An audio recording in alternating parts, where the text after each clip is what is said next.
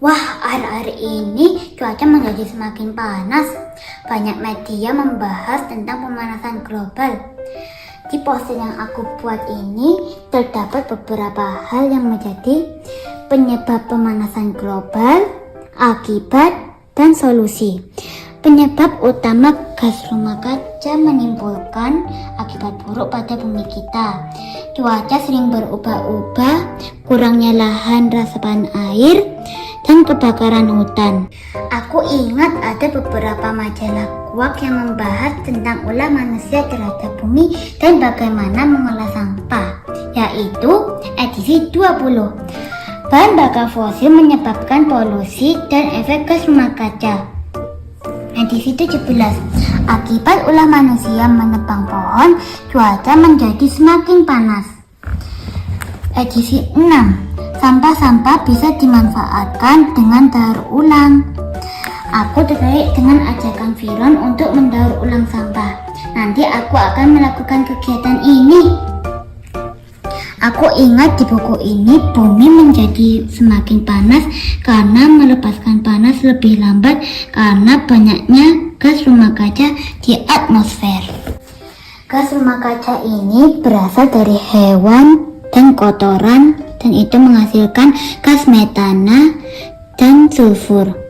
Sisa makanan yang dibuang akan mengalami pembusukan dan itu menghasilkan gas metana. Wah, aku harus mencari tahu lebih banyak lagi nih.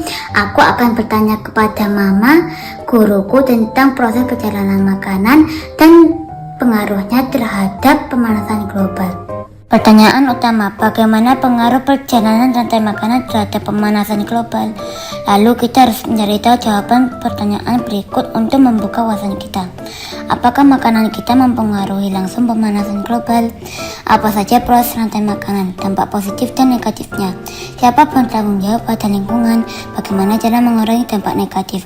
Apa yang sudah dilakukan dan mengapa masih ada pihak merusak lingkungan? Berikut gambaran 5 proyek yang sudah dikerjakan. Membuat kalkulator makanan untuk mengontrol asupan rendah emisi karbon dalam menu harian keluarga, menanam sendiri bahan makanan di rumah, memilah sampah organik dan anorganik, menggunakan wadah reusable, dan mendaur ulang sampah plastik dan kertas. Kegiatan yang diawali dari diriku bisa berdampak positif pada lingkungan dan masa depan bumi. Membuat kalkulator makanan untuk lebih mudah mengontrol asupan.